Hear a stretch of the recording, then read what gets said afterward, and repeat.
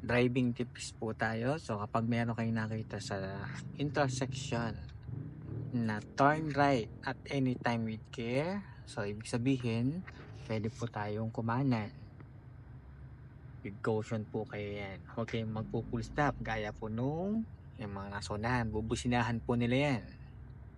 Kasi may nakalagay na turn right anytime with care pero na-stop sila. Yan, kaya may nagagalit sa likodan, binubusinahan nila yung mga nasa unahan. Kaya malayo pa lang, isipin nyo na kung diretso ba or kanan kayo. Kasi meron kasing di alam.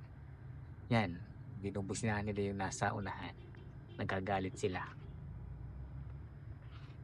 Kasi may nakalagay na turn right at anytime with care.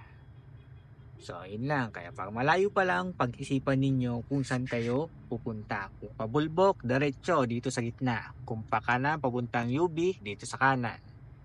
Lang, drive safe.